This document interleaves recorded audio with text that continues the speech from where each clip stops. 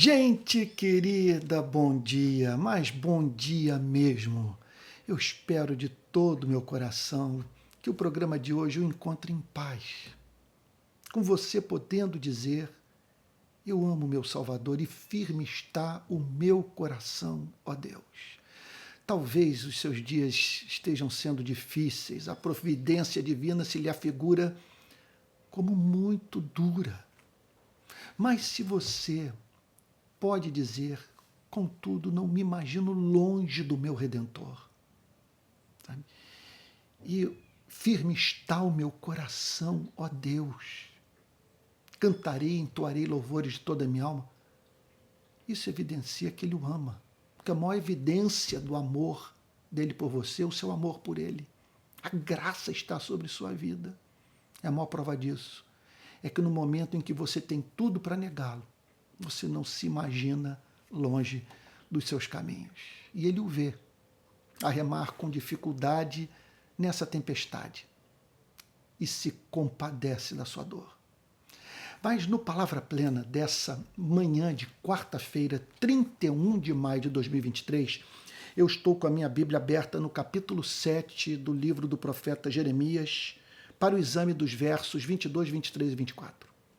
Então, de modo diferente das pregações anteriores, nas quais eu fiz a exposição do texto de Jeremias com base num sermão, quer dizer, com ponto 1, ponto 2, ponto 3, aplicação, conclusão. Aqui não, eu vou fazer diferente. Eu vou ler os versos, buscar a sua autêntica, honesta, verdadeira interpretação e seguida de uma aplicação prática. Tá bom?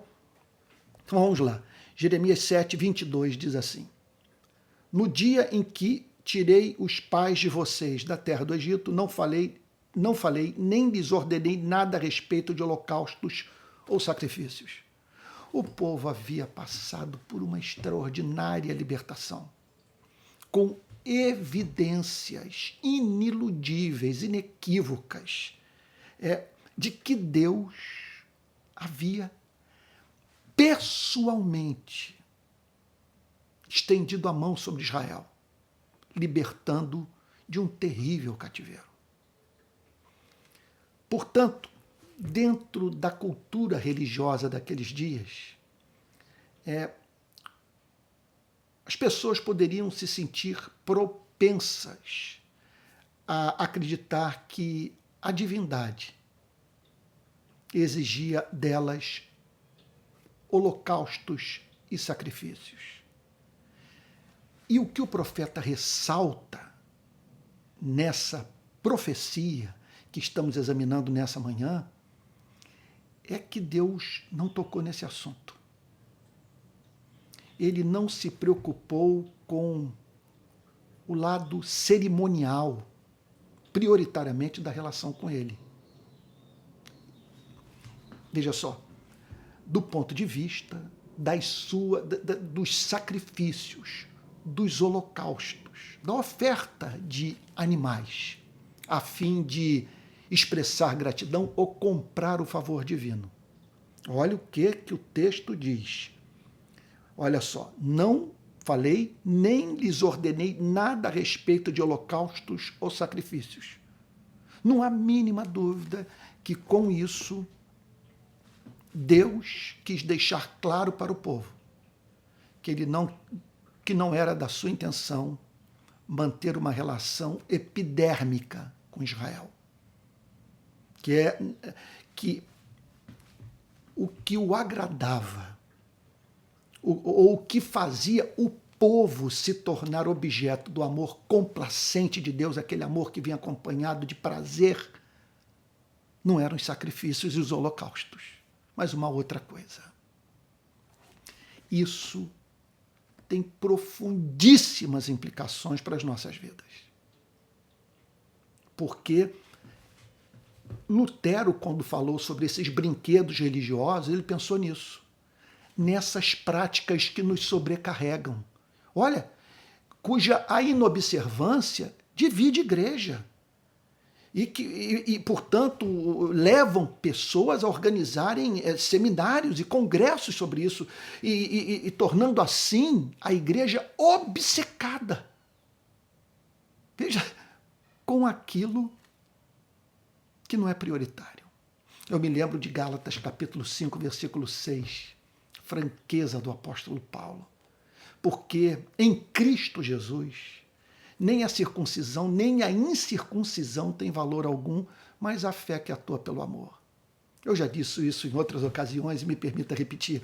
É como se ele dissesse o seguinte para o sujeito que está com a perna aberta, ali, depois de ser circuncidado e dizendo para Deus, agora, Senhor, contempla a vida do teu servo, olha esse sangue todo, cortei o meu prepúcio, estou livre das maldições, a partir de agora, portanto, suas bênçãos serão derramadas sobre minha vida. Eis o sinal da autêntica conversão.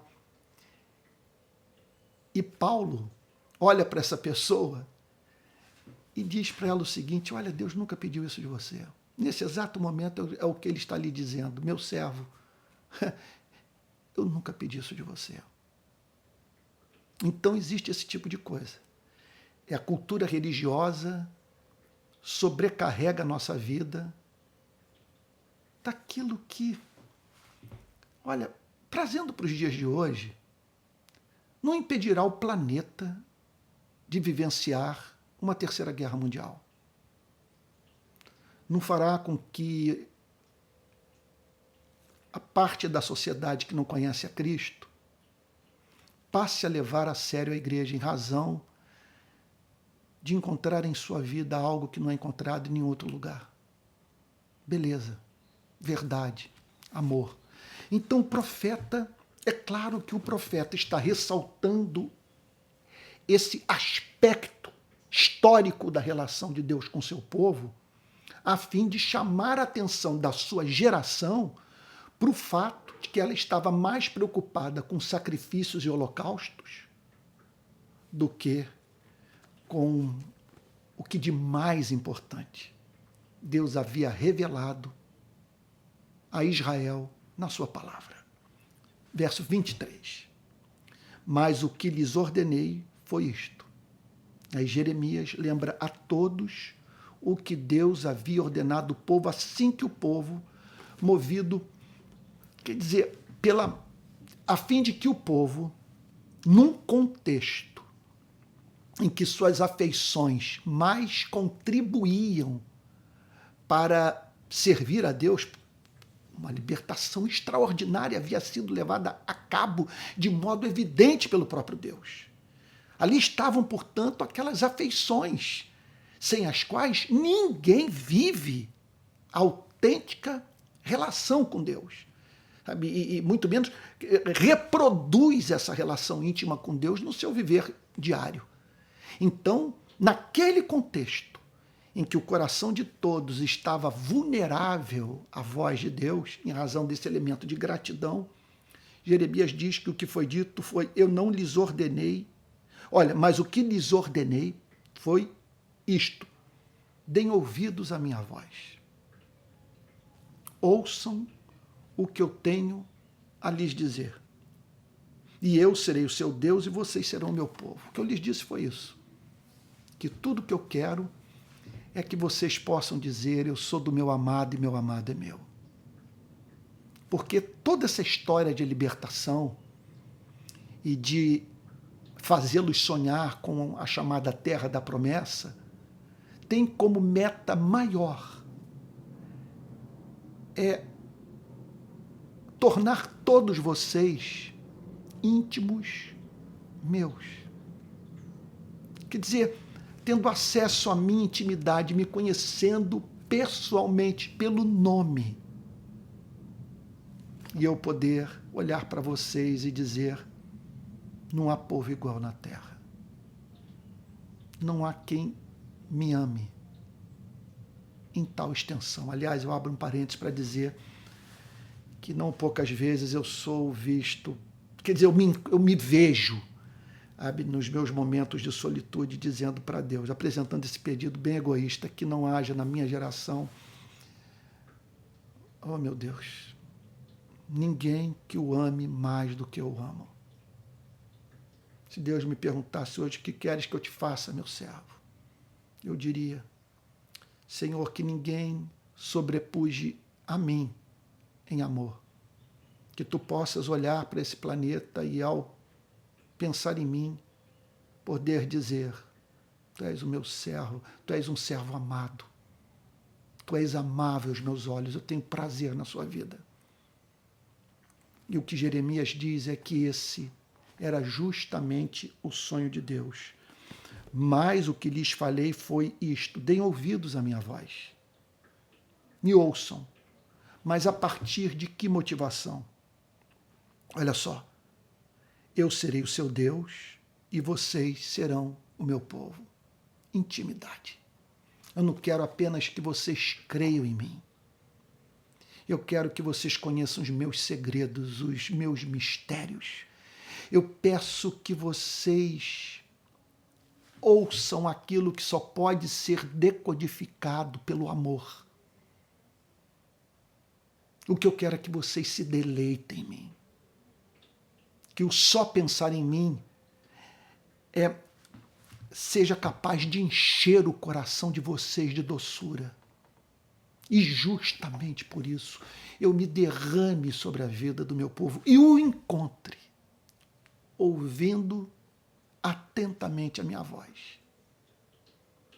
Que Jeremias estava dizendo para a sua geração era justamente isso.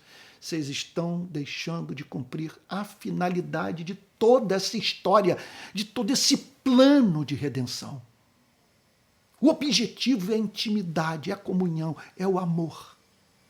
O objetivo é Deus poder dizer, eu sou de vocês e vocês são meus. Mas vocês resumiram tudo a ritualismo barato, julgando que com a prática de bizarrices, tolices, idiotices, vocês vão chamar a atenção do Criador e torná-lo propício a vocês. Vocês estão brincando com os céus. Essa era a mensagem de Jeremias. Repito aqui. Jeremias está falando desses brinquedos que mantêm essas crianças entretidas com aquilo que Deus jamais apresentou ao povo como prioridade ou até mesmo como norma a ser obedecida. Então, gostaria de concluir essa exposição analisando a parte final do verso 23 e verso 24. Olha só, olha o conteúdo da mensagem que havia sido dada a Israel na saída do Egito, que Jeremias estava resgatando. Então nós estamos vendo aqui um movimento profundamente, vamos assim dizer, conservador. Jeremias está voltando às origens, à estrutura, ao inegociável que aquela sociedade havia abandonado. Então ele diz o seguinte, olha só, vamos lá. Então, permita-me repetir, por favor, só para poder falar, poder comentar o que eu tenho a dizer, ou melhor, poder comentar o texto, a frase subsequente à luz do seu contexto mais amplo. Mas o que lhes ordenei foi isto: deem ouvidos à minha voz, eu serei o seu Deus e vocês serão o meu povo. Andem todo o caminho que eu lhes ordeno para que tudo lhes vá bem. Então, a mensagem foi muito objetiva. Andem todo o meu caminho. Que a obediência seja universal. Que o caráter de vocês seja simétrico. Que vocês não sejam encontrados quando mosquito engolindo camelo. Que vocês andem todo o meu caminho. Que vocês reproduzam no seu viver diário o meu caráter revelado na minha palavra. É isso, portanto, que Jeremias está dizendo para aquela nação, veja só, reeditando o que havia sido dito lá nos primeiros dias pós-libertação do Egito. Andem em todo o meu caminho, porque a principal parte da autêntica relação com Deus é a obediência, é a prática da palavra de Deus. Não há evidência maior de que nós o amamos do que a sujeição intelectual e moral à sua verdade. Pelo fruto se conhece a árvore. Essa é a maior evidência de que nós nascemos de novo. A prática da verdade. Então ele diz, andem em todo o meu caminho, que eu lhes ordeno para que tudo lhes vá bem. Havia essa promessa. Que o povo colheria os frutos da obediência. E colhe. Isso aqui não é teologia da prosperidade, não. Nem alguma coisa que só se aplicava na antiga na administração da antiga forma de Deus se relacionar com o seu povo. Não. É evidente que há delícias no caminho da obediência. Que esse é o caminho que preserva o ser, que faz com que não desperdicemos energia e tempo. Esse é o caminho no qual nós somos vistos glorificando a Deus. O que comunica alegria indizível à alma piedosa. Verso 24, e aqui eu concluo. Mas eles não quiseram ouvir. Andem em todo caminho que eu lhes ordeno para que tudo lhes vá bem. Mas eles não quiseram ouvir. Eles pecaram contra a luz recebida. Pecaram contra a mão estendida. Pecaram contra o amor manifestado no tempo e no espaço. Então eles não quiseram ouvir, nem atenderam, porém andaram nos seus próprios conselhos. O que significa andaram nos seus próprios conselhos? Mantiveram uma vida de autonomia em relação a Deus. Portanto, deixando de se submeterem à revelação. Andaram nos seus próprios conselhos. Isso é muito importante. Como que nós não podemos negociar a revelação? Negociar a revelação significa nós deixarmos de nos submeter à Bíblia, que é a palavra de Deus. E quando assim o fazemos, é claro, nós o fazemos com base na obediência que estamos prestando a alguém. Esse alguém pode ser um pensador, pode ser um filósofo, pode ser um sociólogo. Sabe? E é claro, alguém que fale aquilo que se nos afigura como interessante ouvir. Então aqui está o profeta dizendo, eles não quiseram ouvir, nem atenderam, porém andaram nos seus próprios conselhos. Ou seja, domesticaram a Deus, criaram um Deus para si mesmos, fizeram um Deus à sua imagem e semelhança. E eles decidiram, a partir dessa autonomia em relação à revelação, o que era correto, o que era justo. Quer dizer, a forma como deveriam administrar suas vidas após a libertação do Egito. O que Jeremias está dizendo é o seguinte, e é tudo que vocês estão fazendo hoje. Então, porém andaram nos seus próprios conselhos, na dureza do seu coração maligno. Na dureza do seu coração maligno. É um coração inclinado para o mal, refratário à verdade.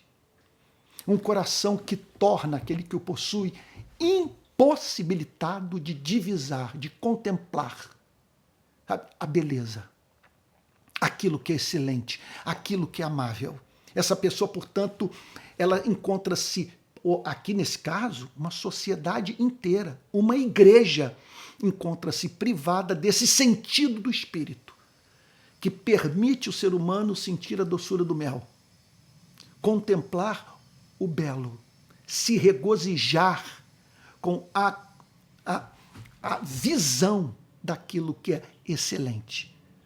Então esse é um coração duro, um coração maligno, que leva o ser humano, portanto, a viver nos seus próprios conselhos. Então observe aqui aquilo que alguns teólogos reformados chamam de efeito noético do pecado.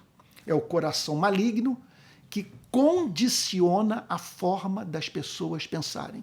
Observe que o profeta apresenta esse diagnóstico. Olha, vocês não quiseram ouvir nem atenderam, porém andaram nos seus próprios conselhos. Por que aquelas pessoas eram vistas andando nos seus próprios conselhos, recusando-se a se submeter à revelação? Em razão da dureza do seu próprio coração maligno. Então, é essa tendência ao mal que condiciona o funcionamento da mente e faz com que a mente, portanto,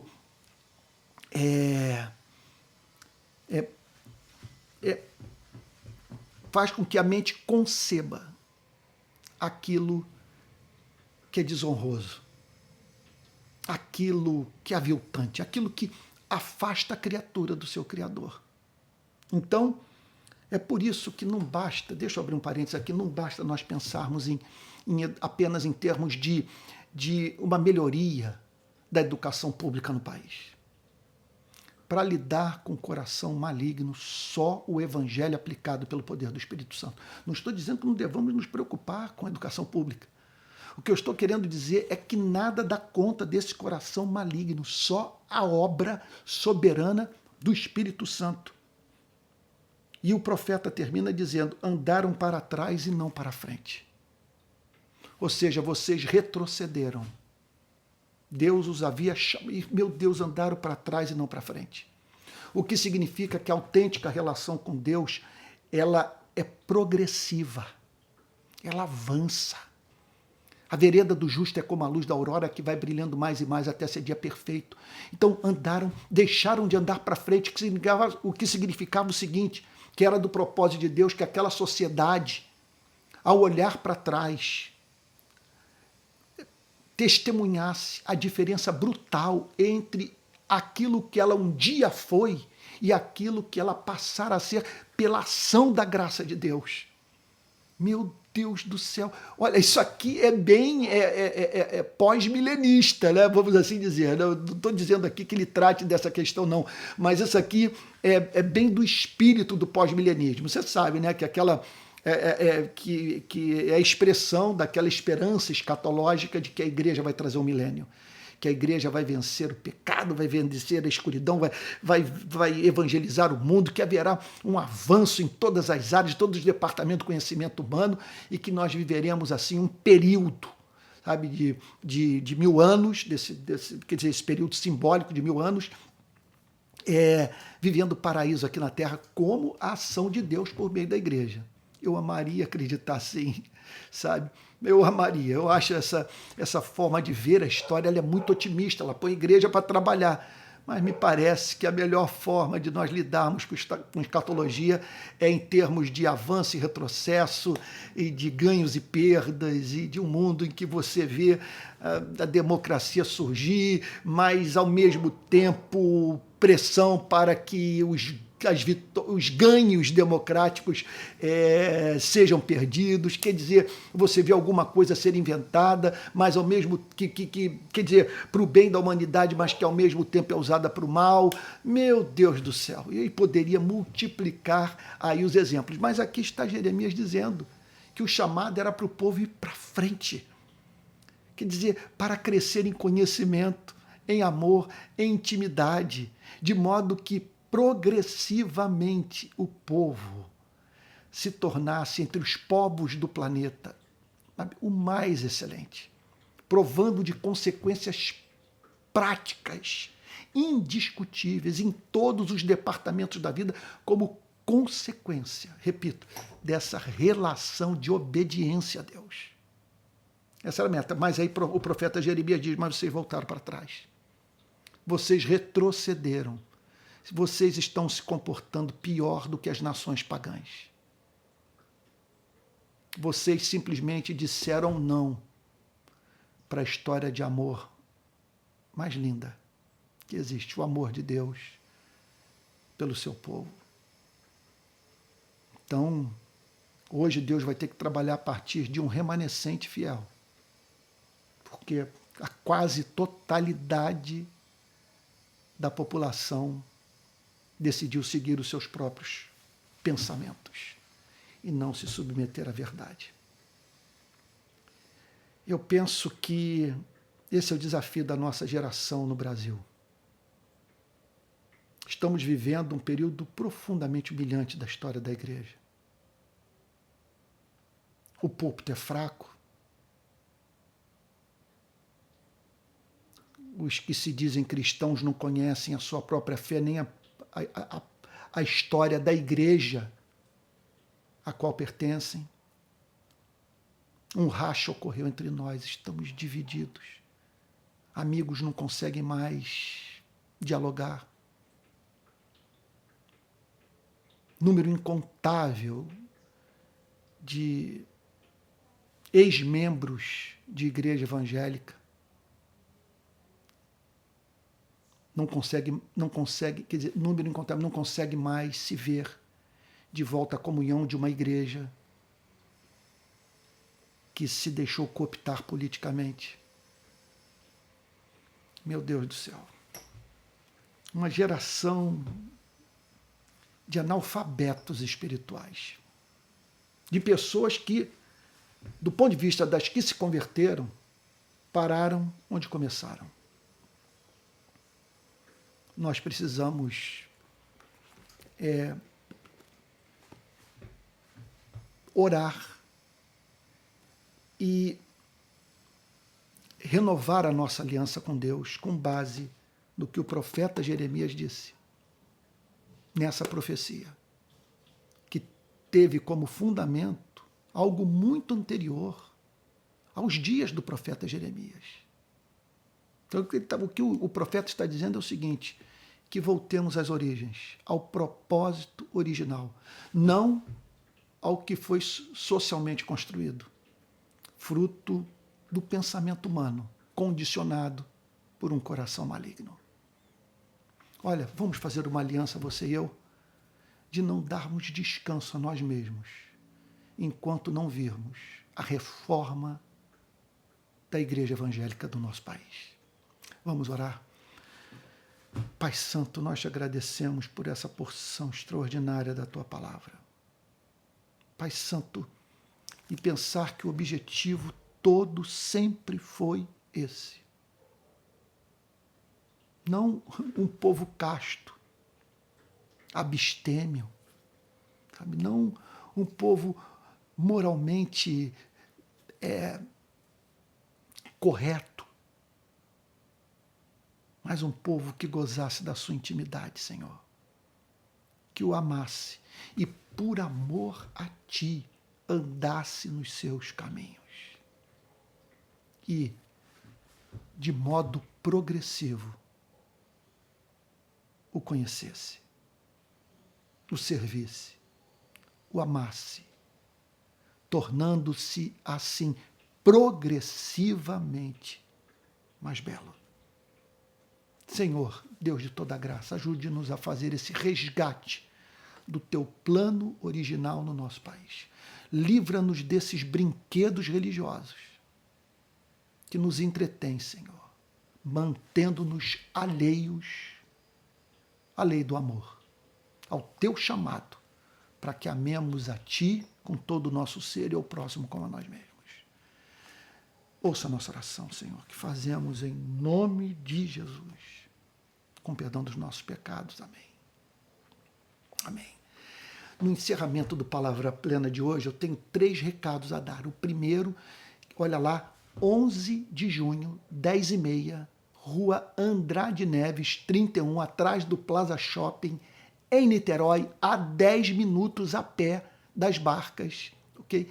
O início dos nossos cultos dominicais. Eu estarei pregando depois de 1 ano e 6 meses sem ocupar púlpito. Estou de volta, meu Deus do céu, em contato com o povo, para fazer o que eu mais amo. Então anote aí, 11 de junho, 10h30 da manhã, Rua Andrade Neves, 31, atrás do Plaza Shopping. Quero também lembrar a você que eu acabei de lançar o meu novo e-book, que encontra-se na Amazon. Se Deus é bom, por que sofremos? Não deixe de adquiri-lo, que ele vai prepará-lo para um debate importante, que é o debate referente a essa questão filosófica, teológica, é a mais presente nos debates sobre Deus. Se ele é bom, como entender o sofrimento humano. Tá bom? E por fim, quero lhe dizer que esse programa é mantido pelas ofertas de pessoas que confiam no meu trabalho. Caso você queira contribuir, nós precisamos de ajuda, aqui vai o Pix, palavraplena@gmail.com. Para quem levanta questão ou questões referentes a esse pedido de oferta, quero dizer o seguinte, eu não recebo ajuda do Estado, sabe? Então, quer dizer, não tem aqui verba federal, municipal, estadual. Como que essa coisa é mantida? Como que eu vivo? Sabe? Como que nós podemos alcançar pessoas? É mediante a contribuição de pessoas que confiam no que nós fazemos. É isso. Tá bom? Que Deus abençoe e até o próximo Palavra Plena.